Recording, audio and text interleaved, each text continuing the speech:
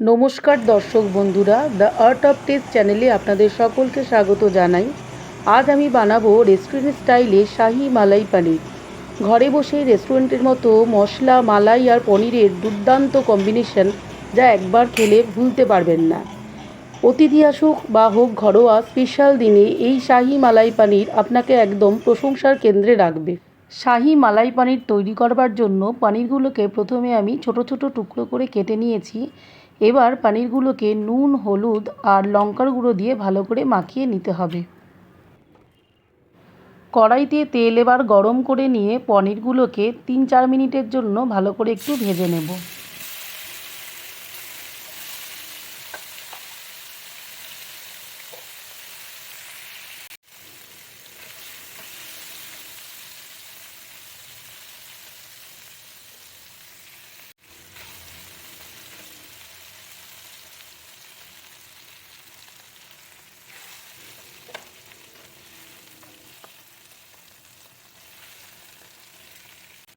এখানে আমি দুটো মাঝারি সাইজের পেঁয়াজ আর দুটো মাঝারি সাইজের টমেটো কুচি কুচি করে কেটে নিয়েছি, আর নিয়েছি 14-15টা কাজু বাদাম।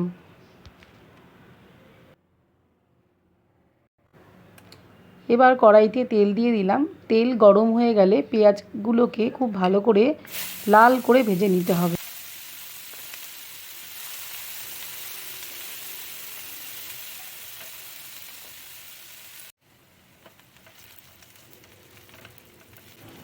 পেঁয়াজগুলো লালচে করে এবার ভাজা হয়ে গেছে। এবার পেঁয়াজগুলোকে একটা পাত্রে তুলে নিতে হবে। একটা বাটিতে আমি 3টে কাঁচা লঙ্কা আর 1 ইঞ্চি আদা নিয়ে নিয়েছি। এবার এই আদা আর কাঁচা লঙ্কাগুলোকে মিক্সিতে ভালো করে পেস্ট করে নেব। এবার ওই ভাজা পেঁয়াজগুলোর মধ্যে 2 টেবিল চামচ টক দই দিয়ে ভালো করে মিশিয়ে নিতে হবে।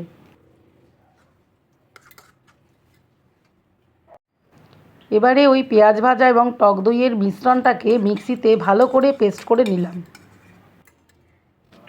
পেস্ট করা হয়ে গেলে এবার আবার মিক্সির বাটিতে কাজু বাদাম এবং টমেটোকেও পেস্ট করে নেব। এবার কড়াইতে তেল গরম করে আদা এবং কাঁচা লঙ্কার যে পেস্টটা বানিয়েছিলাম সেটাকে কড়াইতে দিয়ে দেবো। খুব ভালো করে এটাকে নাড়িয়ে চাড়িয়ে নিতে হবে।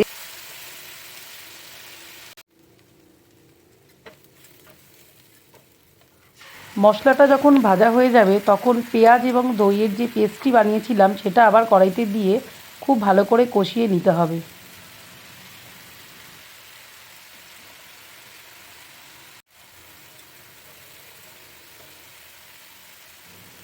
মশলা ভালো করে কষা হয়ে গেলে এর মধ্যে 1 চামচ হলুদ গুঁড়ো, 1 চামচ জিরে গুঁড়ো আর হাফ চামচ লঙ্কার গুঁড়ো দিয়ে সামান্য জল দিয়ে খুব ভালো করে কষিয়ে নিতে হবে।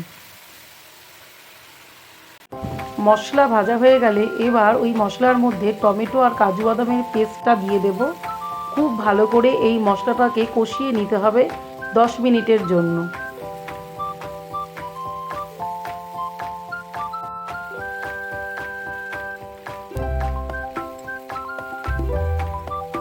মশলা থেকে এখন একদম তেল ছেড়ে এসছে। এখন দিয়ে দেবো 100 ml জল।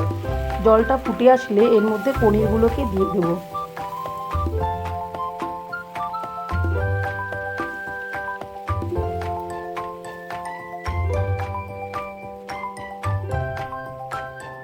এখন ঢাকনা চাপা দিয়ে পনিরটাকে রান্না হতে দেবো 4 থেকে 5 মিনিটের জন্য। 4-5 মিনিট পর পনিরের মধ্যে দিয়ে দিলাম পরিমাণ মতো নুন আর চিনি।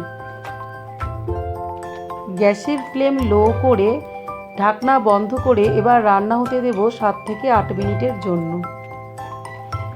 এখন পনিরটা একদম রান্না হয়ে গেছে। এবার এখন দিয়ে দেবো ফ্রেশ ক্রিম আর বেশ কিছুটা ধনেপাতা।